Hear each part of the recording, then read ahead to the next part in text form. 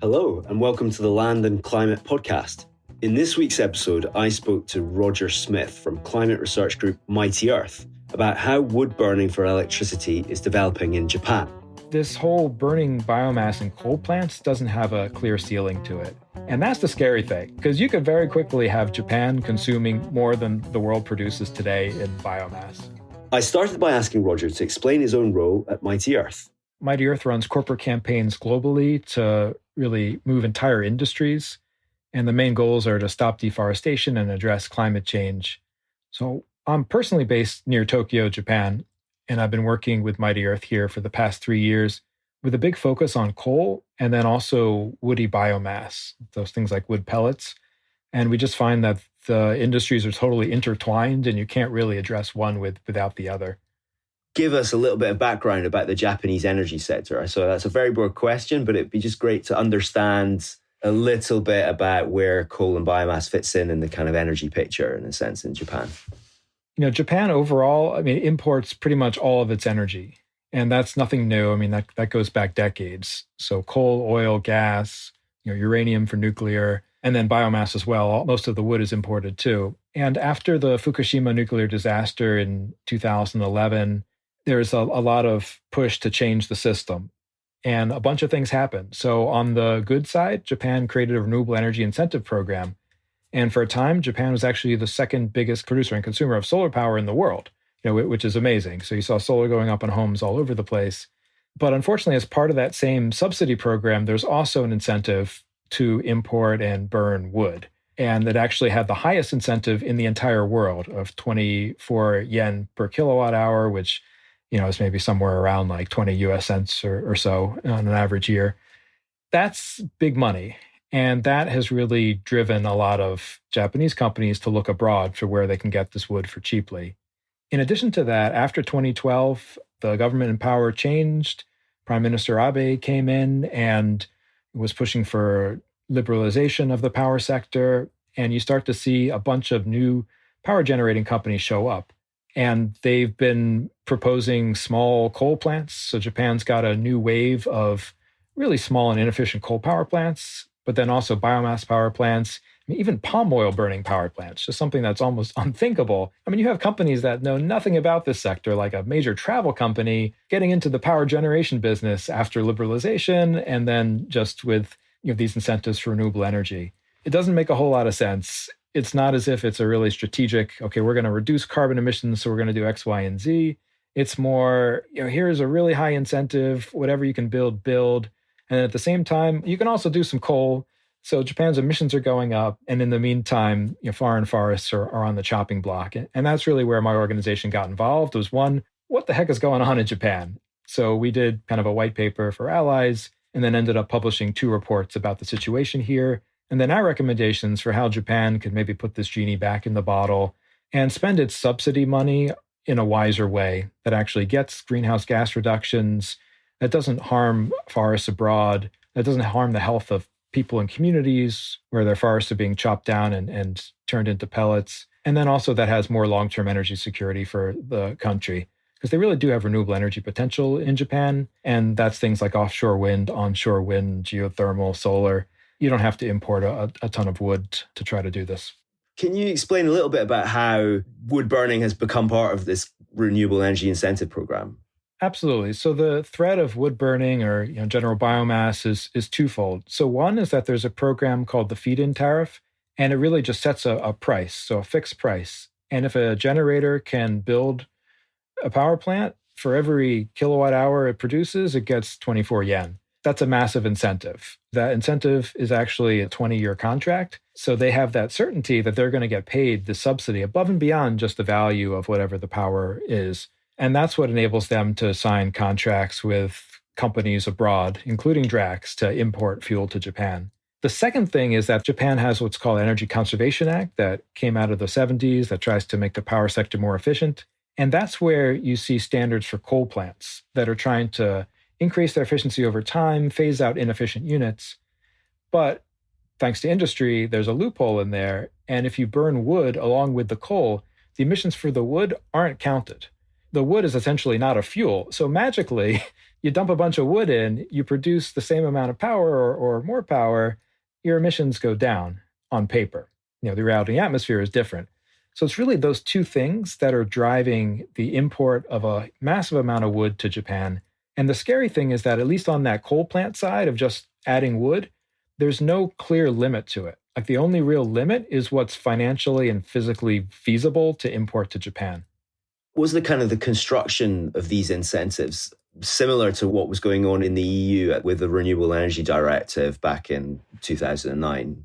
Absolutely. So Japan had fact-finding missions to Europe at the time.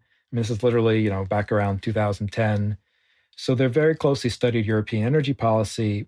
And then, like, when 2011 happened, so March 11th, 9/0 earthquake, massive tsunami. Overnight, all the nation's nuclear power plants are shut down. The Fukushima Daiichi nuclear power plant itself had hydrogen explosions. Japan was in a crisis. Tokyo, they were doing planned like rolling blackouts in order to keep the grid going. So it was out of that the Diet decided, okay, we've been studying this issue. We need to just do it. So almost like the next day, they pass the feed-in tariff into law, and then it goes to the agency to implement. And within a year, there's this new feed-in tariff incentive program. So they definitely did it under a lot of duress, a lot of pressure. And in some ways, it's been a tremendous success. Again, Japan became a world leader in solar power. I think biomass was in part an unintended consequence. I think in their minds, they were still thinking of what the biomass industry was like, at this point, 15, 20 years ago. This was a small industry in Japan that taking waste from local forestry operations and generally using it locally for heat, maybe a little bit of power.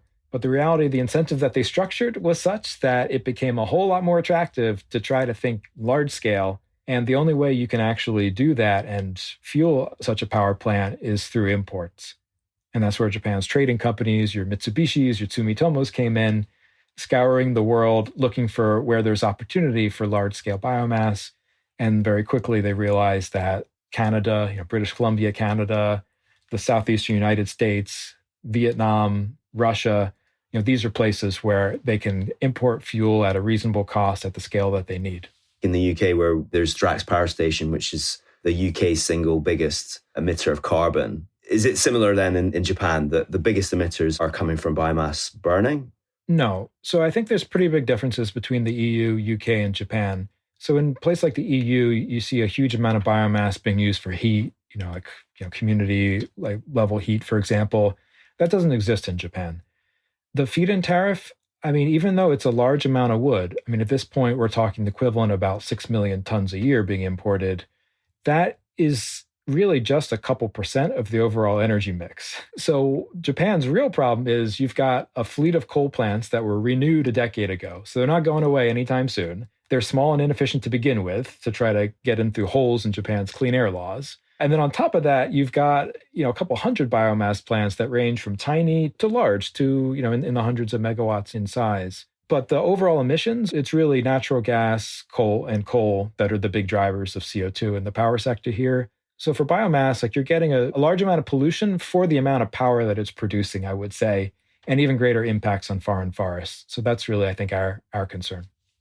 And then the kind of picture for where biomass burning could go in Japan. Can you give us a little bit of an idea of how that's developing? Because I know you've done some work on that. Absolutely. And I think here it's really the scale that's the scariest thing. So overall, researchers estimated that if the world met an additional 2% of its energy needs from biomass, you'd have to double all commercial wood harvest.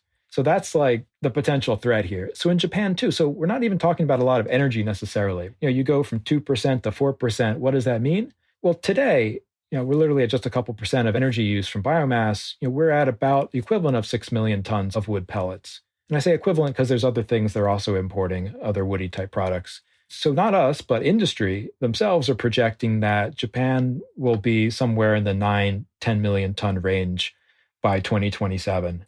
That's essentially the same as the UK. So the eyes of the world have been on Drax for years for good reason, but you may not be paying attention, but over here, Japan is going to be on par or potentially even surpassing Drax in the very near future. And I think for us, the scary thing is there's not an upper bound. So while the feed-in tariff is limited as an incentive, only so many projects get chosen, This whole burning biomass in coal plants doesn't have a clear ceiling to it. And we think industry is likely pushing for a new type of subsidy now to support that. Because these coal plant owners, they don't want to get rid of these plants. They don't want to phase them out. And that's the scary thing, because you could very quickly have Japan consuming more than the world produces today in biomass. In 2020, the world is producing about 20 million tons. By end of the decade, it'll be closer to 40 million tons. That's not a lot of time to see this type of increase. Japan could easily be in the 20 to 40 million ton range itself if the policies support it. That's what we're scared of, and that's why Mighty Earth, Friends of the Earth Japan, and a whole coalition of groups are working together so we don't repeat the mistakes of the UK and EU. And how does the Japanese government and maybe society view wood burning and wood burning for power? Biomass is kind of a new thing and kind of an old thing in Japan. If you think of Japan, it's an island chain that's covered by forests, but a lot of those forests are actually planted. They're essentially cedar monocultures. You do have an industry that is sustainable in the sense that they're not cutting down more than they're producing. And in fact, with the urbanization of society, there's a lot of trees that are hanging out for decades longer than they're supposed to. So I think the original promise of biomass was that it was going to help sustain really rural, small-scale forestry operations and give value to wood that would otherwise be wasted. So I think there's this mental model of thinking, oh, this is something good. It's helping people in rural Japan who are already struggling with depopulation and a lot of other issues. The reality is, though, the way that this program was structured, it's doing nothing of the sort. What it's really supporting are these big trading companies like Sumitomo Company that's going abroad, that's signing contracts with biomass suppliers like Enviva and Drax, and then importing fuel by the millions of tons to Japan. And they're doing some of that for their own facilities, but then they're also traders, so they're selling that to local companies here. And that's where I think there's questions by Japanese policymakers. They're sending a lot of yen outside the country. And for what? So this isn't helping their districts. This isn't helping rural foresters in Japan. This is going abroad. It's going into the pockets of Japanese trading companies. And now they're getting criticized by environmental groups, but also scientists and academics who are saying it's actually worsening Japan's greenhouse gas problem. You're simply hiding it. You're hiding it from the power sector, but you're dumping it abroad in essentially someone else's books. So really, what are we doing here? I'm a ratepayer in Japan. I pay every month on my electric bill to support renewable energy. It's not voluntary. Why should my money or our money be spent in this manner that worsens climate change, harms forests, and really does nothing for the country's energy security? So I think we're starting to see some pushback by Diet leaders, members of the parliament here against that. But it's hard to change anything. I think, as you know, in the UK, once you create a system and there's people getting subsidy, it's hard to take something away.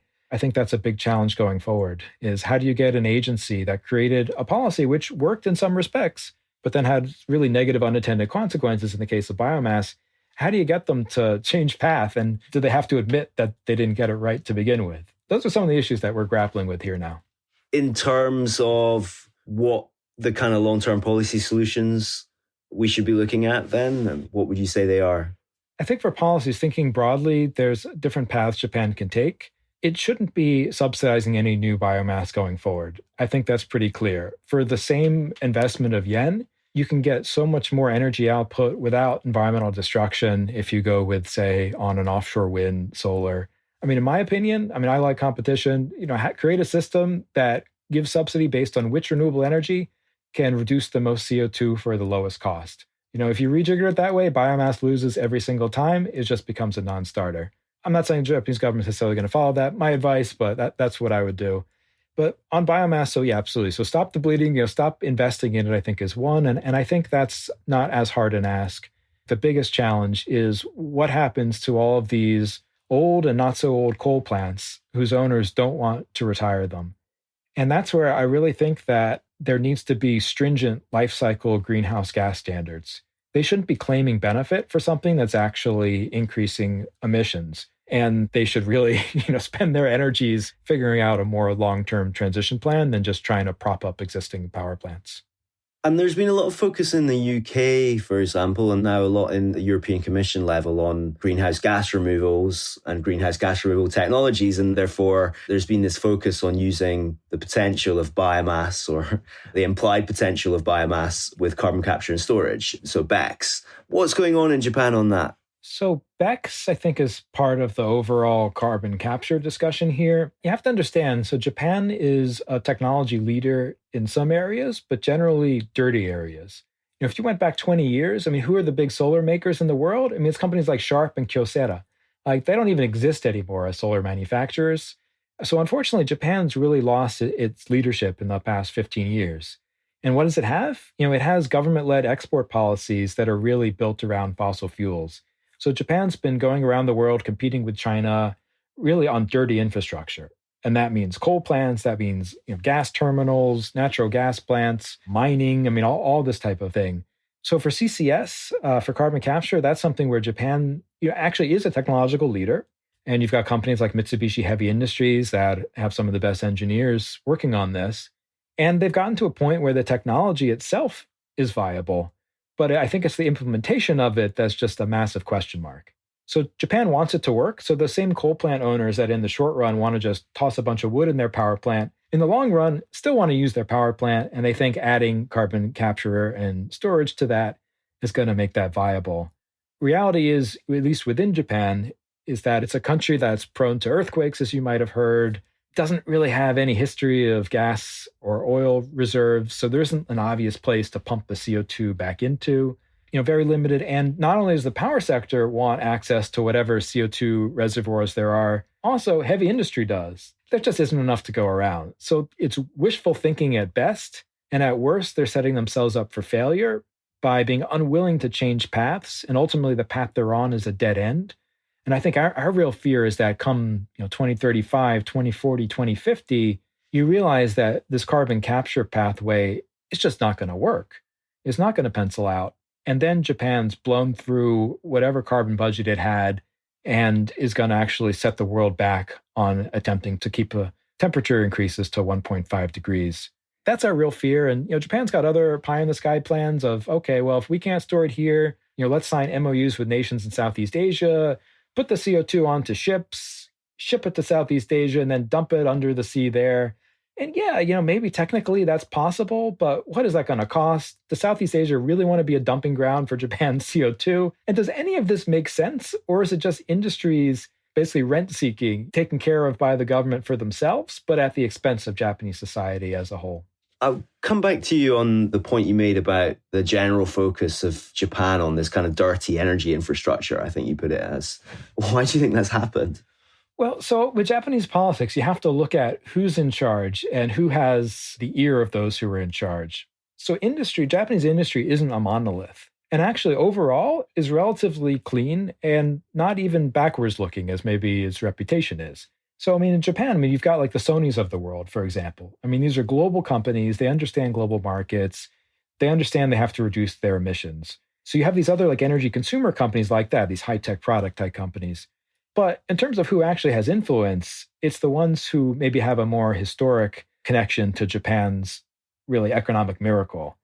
And that's the steel industry, that's the auto industry, and to a somewhat lesser extent, also the power industry. These are the industries that built post-war Japan, that overtook Britain as a shipbuilding nation, out of the ruins of World War II, then overtook the US auto industry a couple decades later.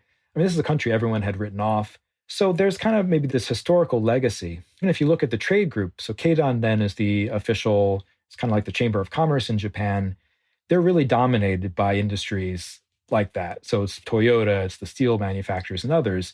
But these really aren't the drivers of the modern Japanese economy. So there's a little bit of a mismatch in whose voice is the loudest and who's getting heard and who's actually relevant in terms of Japan's future. So the Japanese government has these export infrastructure plans that were really designed to compete with China and Belt and Road. And they thought that, well, Japan's great at building boilers. We can build nuclear boilers for nuclear reactors. We can build it for coal plants. Well, we can do it for gas plants. We can give you some great combined cycle turbines. Let's sell that. And if we were in a world where climate change weren't happening or if it weren't significant, then this business model would make sense. So ultimately, they continued on this path longer than any other developed country. By 2022, they still have a pipeline of Japanese government-backed overseas coal plants. But the world has changed. Banks are pulling out. Other governments have pulled out. Ultimately, Japanese banks followed suit, and then the trading companies, and then the Japanese government is literally left there in Matabari, Bangladesh in 2022 with a 1,200 megawatt power plant proposal that it can't find a single company to build. And that's when it pulled funding for it and decided, yeah, I guess we're not going to build any more coal plants. On natural gas, they haven't given up. They're still pushing gas terminals, you name it, actual extraction infrastructure in places like Canada. But I think it's a little bit now, there's two minds. There's dirty Japan infrastructure, and then there's also, okay, but maybe we need to think a little bit more in a little more forward-looking fashion. But they're still arguing that things like CCS, hydrogen, ammonia, things like that are part of Japan's green transformation, in addition to solar, wind, electric vehicles, and the like. There's a real reluctance just to let go of basically failed business models or technologies that are of the past. And I think CCS, whether for coal plants or for biomass plants, are really just emblematic of a past and have little viability or relevance in any kind of future as far as I see it. Is there anything else that you kind of wanted to talk about that you feel you haven't mentioned? I know there's been a lot of discussion around BECCS in the Drax context. They're going to prove that this technology works. They're going to add it to the Yorkshire plant, and it's going to be a great model for the world. And realistically, this model only works to the extent that governments are willing to subsidize it.